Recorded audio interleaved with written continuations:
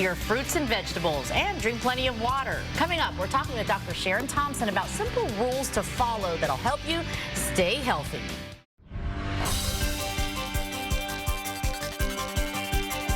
We all, of course, want to live healthy lives, and that begins with a healthy diet.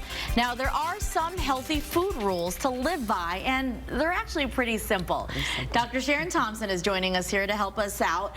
You know, we talk about eating healthy, always easier said than done, but if you follow the rules, you'll be okay, right? Absolutely. I mean, the guide to healthy living is simple in theory. It's just hard to do.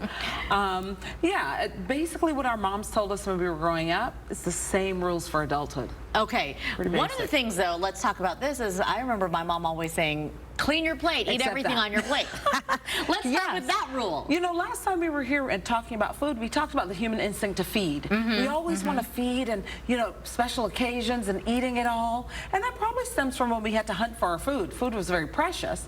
Well, in these days of abundance, it's not necessary to eat everything. There'll be more. And so we can get into this habit of cleaning the plate, taking so much, and then feeling this pressure to finish, but that can lead to bad health behaviors and bad outcomes. Well, especially when we eat out and the plates are overloaded, right? Are so huge. So really, let that go. If you let one thing go, let go of that need, that instinct to clean your plate. Eat until you're full, and then stop, like a child. Okay. Children will eat till they're full, and then they will not eat anymore, no matter how much you prod them. To eat it. Okay. I totally always tell my kids. I'll have to listen to that one.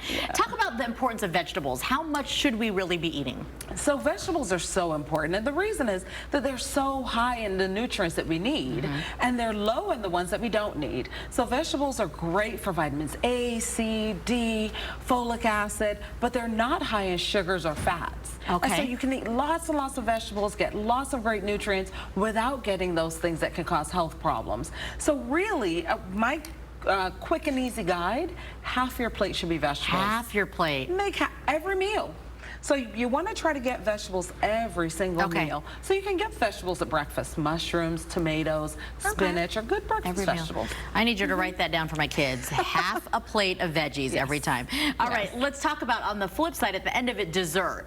Dessert, a lot of kids these days feel like, well, what's for dessert? Don't we have dessert every day? Dessert really should be a special occasion because dessert is full of those things that we don't want, the fats and the sugars. And we love them. They're delicious. But if you keep them as a treat, then it's more appropriate and you won't get in too much trouble. Once a week or less is a great schedule for dessert. I'm doing everything wrong. Okay. Fruit, does that count as dessert though? I sometimes do that and the kids will be like, okay. But you want to watch your portion size. So that's one of the rules. Size matters. Okay. And so in these days of restaurants that give us these huge 12-inch plates and these big bowls, and you think, ooh, this is worth it.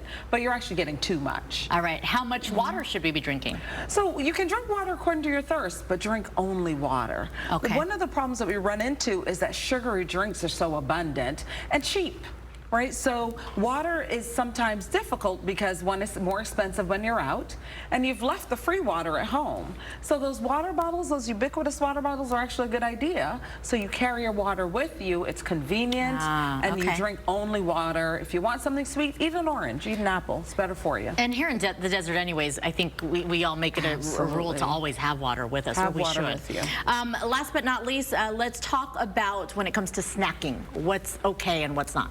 So snacking can be great because it can fill that time between meals so you don't go to your meal so hungry, but it's what you snack on. So most snacks that are readily available are very sugary or high in fat.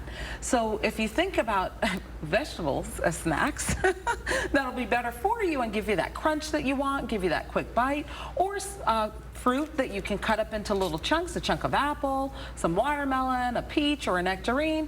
Great snack to fill that time without filling you up with a lot of sugar or fat. All right. And you guys have probably heard all these things that we're talking about, but we tend to forget and tend to not follow them. This is a good reminder. Okay, love it. We can all use the reminding. Thank you so much. Very important tips as always. Stay with us, folks. Much more of Good Morning Arizona right after the break.